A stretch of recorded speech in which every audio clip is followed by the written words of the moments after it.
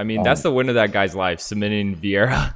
Oh, seriously. Anthony Hernandez showed out today, but Vieira, his gas tank just kept slowly diminishing I throughout think the fight. I don't know if he thought that he was just going to like get that first round submission easy and didn't train any cardio. That's kind of what it looked like to me because he just looks so gassed, bro. I think that's exactly what happened. Yeah. All you guys joining in, man. How did you guys feel about that last fight? Holy crap. What an upset. What an upset. So yeah, Vieira was coming to that fight as a minus 450 favorite. Yeah, Vieira coming in minus 450 favorite, jiu-jitsu world champion, and gets choked out. Like, what the hell, bro? I can tell you one thing, nobody predicted that. 30-1 odds for Hernandez for a submission finish. So if you clock that, you're balling right now. Yeah, big day. I know we're probably going to get people that say they clocked that in the chat now. Oh, the chat's going off. The chat is going off right now, dude. Vieira should be ashamed of himself. Okay. Yeah, I kind of agree. Upset of the year. How you feel about that? Yeah. I mean, the year just started, but thus far, yeah. So maybe that'll be like the upset of the year award that Ariel Helwani will give out in December of this year. But crazy, yeah, man. that hurt. That hurt. Yeah, I mean, me and Payne both had a first-round submission for Vieira, and my man got submitted. So, which looked promising. It looked promising in the first minute or two. Yeah, which is a crazy thing. Yeah, I mean, shout out Hernandez, bro. Win of his life. I'll definitely keep my eye on that kid now. Yeah. Well, it looks like we got some viewers coming in. By the way, guys, like this video. It goes a long way. It helps us out greatly.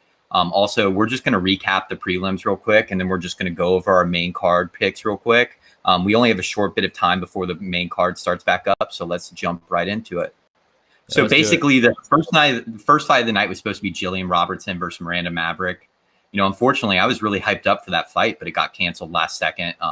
They said that it wasn't due to COVID-19, but it was a medical condition unrelated. But I don't know. I just hate those last-minute canceled fights. It really sucks. As a fan, especially from a viewer's point of view, and especially if you have money on that fight as well. Finding out 15 minutes before the card that fight was canceled. It's rough, but it happens.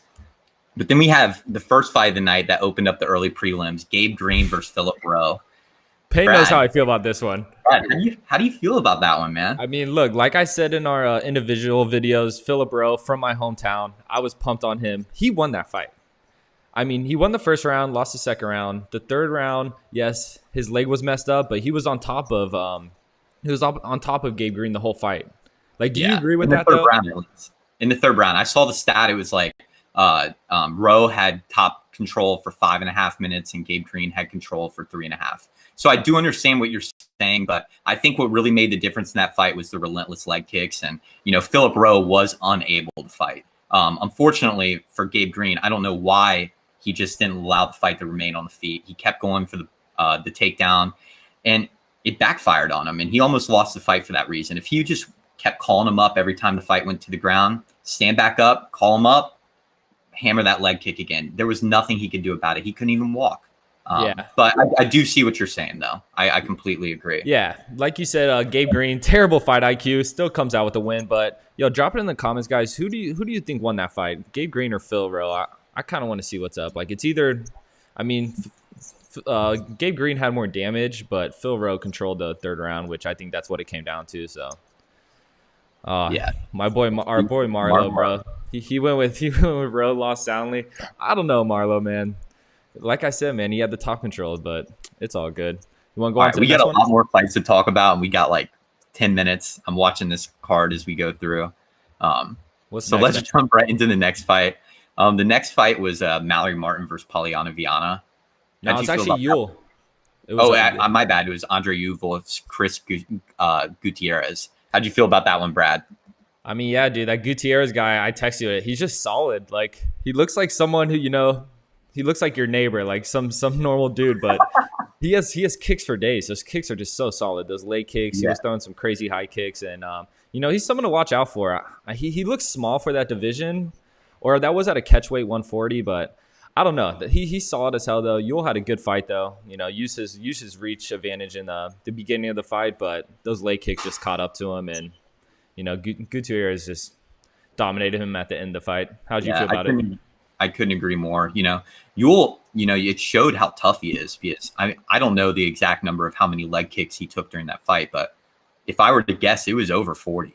I mean, Gutierrez was relentlessly throwing those leg kicks throughout the entire fight, and it didn't seem to really phase him until the last couple minutes of the third round. Gutierrez showed up today, and that's what made the difference. And it happens. And, you got to bounce right back, and you got to learn how to defend or check those leg kicks, because that was pretty sad to watch. But this guy said Gutierrez fought like a robot. He does kind of fight like a robot, man. But he's, like you said, a damn good one, though. Like, I love how you said that he looks like your neighbor. That is so accurate. Dude, he just looks like a normal dude, but bro, he looks like a completely normal guy. Yeah, man. I don't know. He had a great performance. I can't be mad at it. Andre Ewell, he's a great stand-up fighter as well.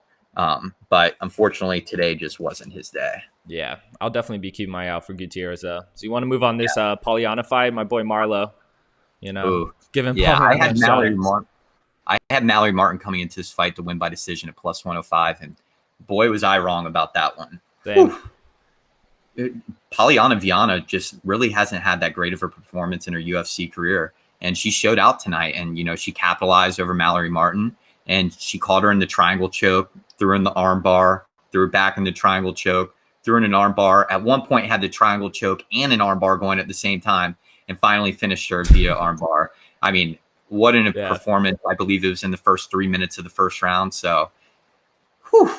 Yeah, man. I mean, I went into the fight. I picked the other girl because I thought she would have the grappling advantage, and I thought Polyana was more of a better boxer, but I was wrong. She absolutely dominated on her ground.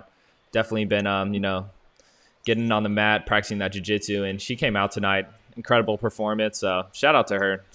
Yeah, and we actually in the chat we have doorsanddots.com, whatever the hell type of name is that. It says Polyana Viana is a babe. And then we've also got our boy Marlo at the bottom. Sexy Polyana did well. So the chat's loving Polyana, and hey, I can't disagree with y'all. He's a fan favorite. I can't disagree with you guys on that one. But what's next? What's next, Payne? Bilal Muhammad versus Diego Lima. This fight's really easy. It's short. Muhammad destroyed Lima throughout the entire fight from the beginning. I mean, he's I think he closed out as a minus 500 favorite, if I'm not mistaken. But we originally did the videos on Wednesday. He was at a minus 400. So a lot of money came in on him. And I mean, he just showed out today. He showed that he just completely outclassed Lima in every single category. And, he ended up winning via decision. Yep. And we also had that pick, I believe, Brad. Yep. It's tough, man. I'm a Diego Lima fan. He seems just like a good dude. Watched some of his interviews and just seems like a cool guy, but man, I mean, that pressure from Bilal is just too much, and that's what he specializes in. Just staying in your face the whole fight. You don't get any breaks, just pushing you up against the cage and dominating. So shout out Bilal. Called out Li Jingliang. That would be a fun fight. I would love that fight. Yeah, and I really do think I like how fighters are now capitalizing on, when they get handed the mic, that's your time to shine. Just like Chael Sonnen says, that's your 10 seconds of fame. You got to make it worth your time. You don't go up there and, thank your grandmother or something crazy. Go out there and call out someone, call out whoever you want, but make that time worth your value. Yep. Yo, RP and G, we're about to go through our main card picks, so stay tuned. We got you with some winners. So, I mean, we already talked about that Vieira fight a little. You got any more notes on that? I mean, I know more people have joined. Once again, it's kind of like the Bilal Muhammad fight. It's, Vieira just came in. Everyone was on the hype train for Vieira. He closed tonight at minus 420. He had a perfect 7-0 record, and it happens, but he gassed out in the first round. Anthony Hernandez ended up winning via, was it rear naked choke? I think it was like an anaconda or something. It was nasty. Like right when the fight ended, I ran over here to be like, "Yo, Payne, that was crazy." So it was just wild. Like I don't know. That was a fun fight though. That got my blood going. I was screaming for that one. I went in Vieira. He's another one from my hometown. My hometown guys are taking L's today, but it is what it is.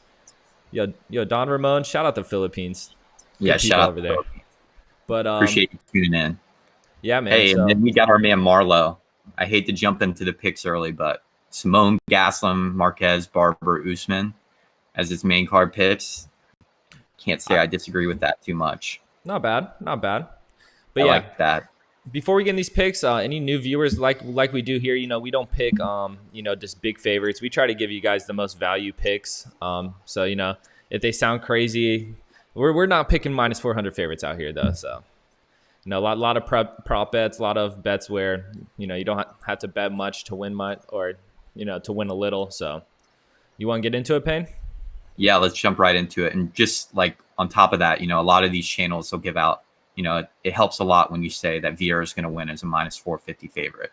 That does nothing for the viewers. So we're trying to find the value in the picks for you guys.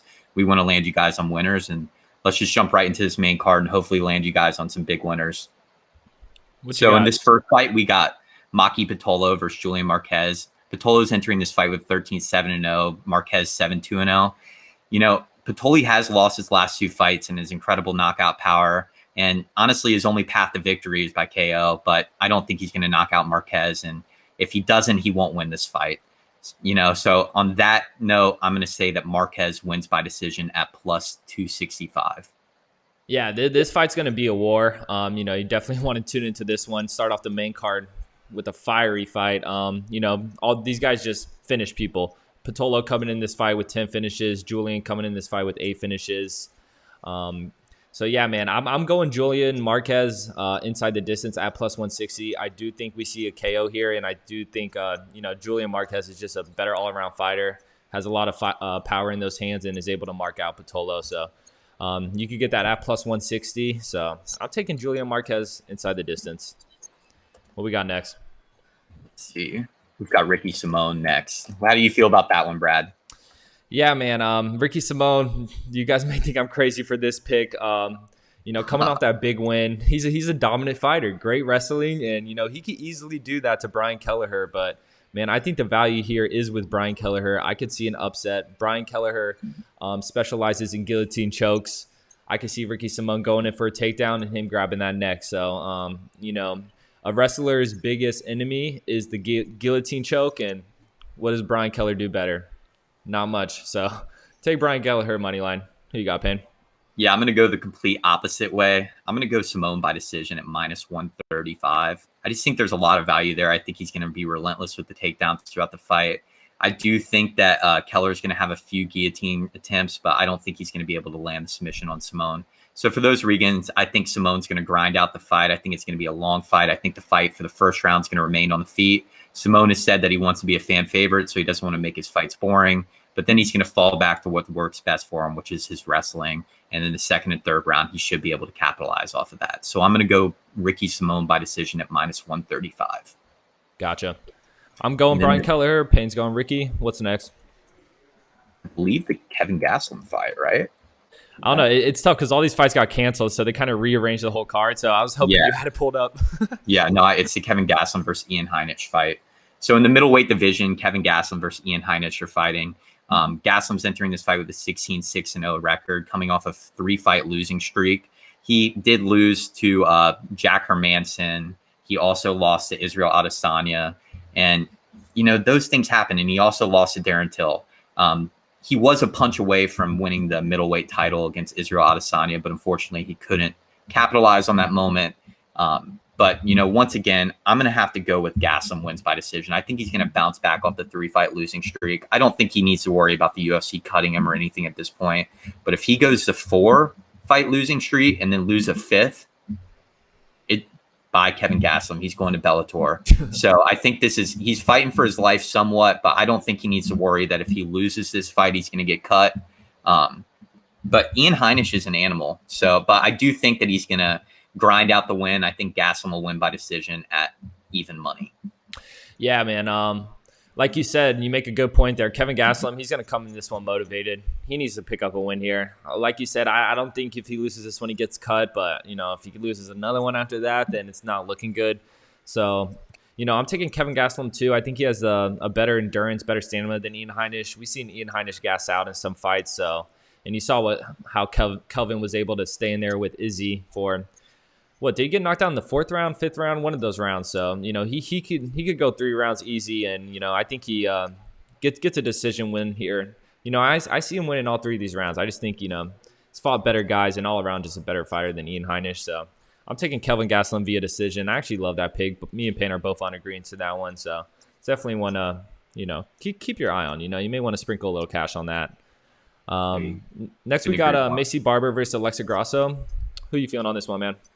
Yeah, so it's a slight lean. It's a pick 'em now. When we originally did the videos, Macy Barber was a plus 120, and now it's a pick 'em. So I do think there's still somewhat value with Macy Barber. I liked her a lot more in plus money, but I'm still going to stick with Macy Barber money line.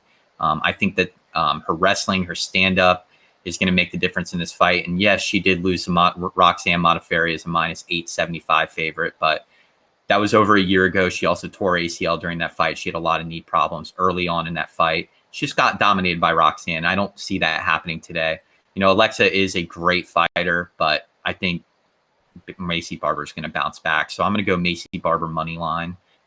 It is a pick 'em as well as of right now. Yeah, I liked her way better at plus 120, but as a pick 'em too, I'm still with Macy here. Coming off a bad loss to Roxanne, huge favorite loss for her. Tore her ACL in that fight, but she's back. I think she's going to be motivated.